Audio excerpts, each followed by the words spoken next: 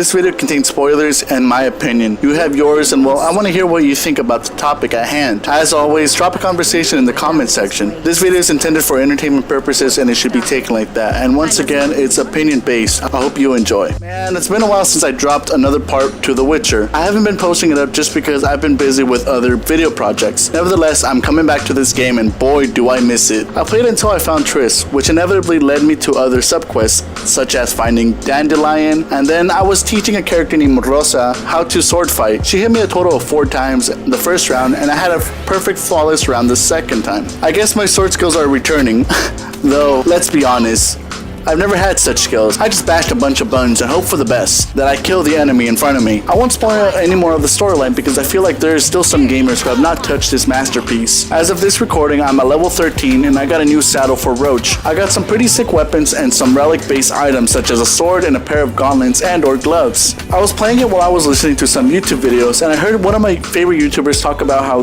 there's about roughly 50 hours of gameplay left, and well, that just incentivizes me more to continue playing this masterpiece. But in another video, I heard there's finna be a new Netflix series based around this game, and I was shook to find out. I tried doing research for this series, but page after page, I found the most minuscule amount of information I could gather. IMDb, Forbes, Entertainment Weekly, and IGN were very broad when it came to feeding us a bone of information. The majority of these outlets were juggling the nuts of Henry Cavill. For those who don't recognize the name, he's the actor who played Superman in many superhero movies such as The Man of Steel, Justice League, and he also starred in the movie franchise Mission Impossible. Maybe you heard of it. You can say he's a great actor. Me personally, I don't watch superhero movies on my own will. Usually, it's with my family or if I have a date, which that's never a thing. My ugly ass can get no date, let alone a girlfriend. But besides from that, I asked myself, although there's a great actor, will the Netflix series do justice to the video game series? I think not, and here's why. Let's first look at the books that have turned into movies and did okay when it comes to my personal taste. The Hunger Games series, and the Hobbit series. But before I continue, let me just preface this. I love The Hobbit and the Lord of the Rings lore. I grew up watching and reading them both. They're truly great stories, and they hold a really special place in my heart. But when it came to The Hobbit, I felt like they missed many details or they twisted them. But it's a given, due to the fact that the directors and movie companies tend to, quote, spice things up to give more excitement to the movies. And well, I just think that's the stupidest mindset because you think they will do justice to the book. But what tilted me the most was adding Teriel. Like, who in the blue fuck is she? I remember reading the book with my older sibling and by my lonesome, and we never came across her. I guess these feminists sure know how to bust my hobbit balls when it comes to adding details for gender equality. Also, let's not forget about the pale orc, Azog. Oh wait, you can forget about him, because he's supposed to be dead. He was killed in the Battle of Azanul Bizarre. When I was watching this for the first time, I seriously put down my drink and I was like, what the fuck is this? That's not what happened in the book. Let's take a look at the Hunger Games. Although they did stay pretty close to the plot as much as possible, some of the details should have been more emphasized, especially during the fight in said Hunger Game. Like when Katniss ends up taking Peeta into the cave and she essentially opens up to him, as if he was Gabe. So don't misbehave or the human catcher will come after you, Gabe. My name's not Gabe!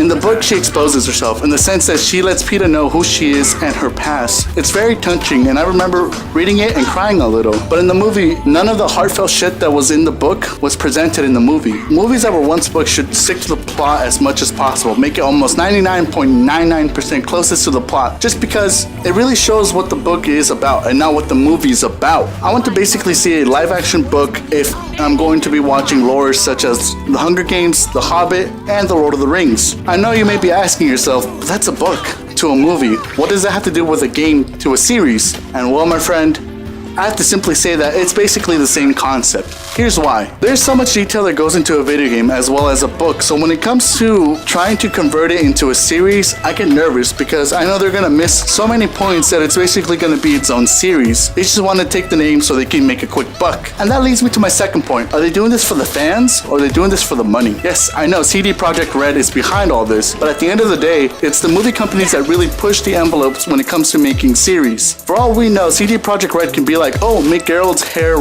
white. And next thing you know, it's fucking purple and he's a feminist with a college degree. Like, what the fuck is this, man? I can almost bet my soul that some fans are gonna get mad because they didn't add certain points or certain features from the game to the series. Not to mention also, it's going to be extremely hard trying to make a series out of a very long and very well detailed game. It's so detailed that even the grass looks magnificent. I remember hearing some backlash of the Castlevania series that Netflix brought out not too long ago. Yeah, some people did say that it was a great series overall, but some hardcore fans claimed that they missed so much of it that it was basically its own plot. And if that happens to Castlevania, I'm sure it will happen to The Witcher. Fun little fact, that used to be one of my childhood games. I used to play a lot of Castlevania Symphony of the Night and Super Castlevania 3 for the Super Nintendo. Now let's take a look at some of the previous installments of TV and or movie series of The Witcher, and well, it's pretty embarrassing even looking at the trailers. I've never seen the movies, so I can't really sit here and tell you what they missed from the movies, but from what I've seen from the trailers, by God, they're atrocious. Truly, truly atrocious. Those movie companies that are from Poland, the United States, and certain parts of Europe, they've really done an atrocious job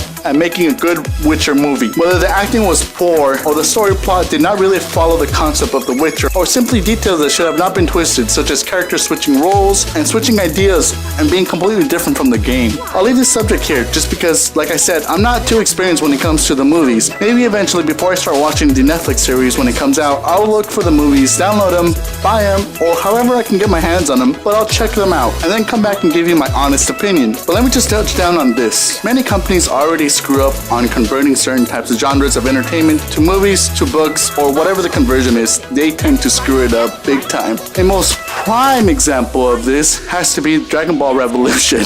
I can't even say that name without laughing. Don't even get me started with that garbage. I remember watching snippets of the movie with my uncle, and I wanted to throw up. I felt ashamed for them. They should have done what they did with E.T. the video game and just bury it in New Mexico and forget it ever existed. The movie was gross. Thinking of it now, it made me cringe so hard. They really took the piss when it came to making that movie. And I'm afraid that that's gonna happen with The Witcher. It's gonna turn out as such. And yeah, sure, series and movies are completely different, but nevertheless, they can screw it up as bad, or they can fix it up as such. It's in their hands. The ball is on their side of the field. I just hope you don't do a disservice to the fans, such as myself, and other hardcore fans, such as my sibling, and many people alike. Overall, I feel like companies, especially movie companies, just fuck off. Leave other forms of entertainment alone. I get that they're trying to make a quick buck and trying to make a spin-off so fans can thoroughly enjoy the series. But if there's already hardcore fans enjoying the installments of the game, they should just let it be. It seems like today's movies don't really have anything going for them. It's basically the same plot over and over and over again. At the end of the day, the hero wins and everyone's happy. Or at the end of the day, a certain explosion will stop and everyone can go back to normal and sip on some Kool-Aid. And they try to capitalize on this bland era by bringing in games or books so they can spice things up for the company. But really, they need to be more creative and think outside of the box. Also, they need to quit copying IPs that are already done. It's ridiculous and it's just flat out stupid. You need to be creative, do your things on your own. And even if they're quirky, hey, things like Dragon Ball, The Witcher, and The Hunger Games were all very quirky at first. And many people did not enjoy watching them. But over time, they write well. And that's what companies need to do. Make an IP that is worth watching over time. I just hope that I will never see in my lifetime Brad Pitt starting as a lonesome courier in a Fallout installment. If this happens, holy mother of God, I'm going to flip a shit. You can mess with Dragon Ball. You can mess with The Witcher. You can mess with The Hunger Games, The Hobbit. You can even mess with The Lord of the Rings. Do whatever you want with those installments, but don't you dare touch my Fallout. If you touch my Fallout, we're gonna have issues here. I'm finna throw some hands, alright? People are finna lose their mind. I'm finna flip a storm on people. Do not touch my Fallout. That's a masterpiece at its finest. Don't at me with that, alright? I know many gamers disagree with me, but don't at me. That's an amazing game. It should not be touched by James Cameron or any of those directors. Let it be as a game, please. Let me find out that my son or anyone in my family is interested in Fallout installments based in movies. Boy, cease to exist, please. Catch me outside, how about that? Let me just relax a little. Alright, I'm back. And with that, I hope you guys enjoyed today's video. I know I sound a little booty tickled, but really, I just hope you do it well or don't do it at all. Simple as that. Please don't screw it up, and please do not disappoint the fans. That's my biggest concern. Do not disappoint the fans, especially gamer fans. They will hunt you down, and I can guarantee that. But I hope you guys enjoyed today's video. If you did, give me a thumbs up. If not, give me a thumbs down. Comment whatever you'd like to comment down in the comment section below, whether it's Quiet Calf, you're obnoxious, or Quiet Calf. I see where you're getting at. Whatever works is fine. Other than that, you have a great day. Thank God that the brothers on the rise now. Endless celebrations all in my house. Levitating now, I'm super duper fly now. London boy, but DC where I reside now.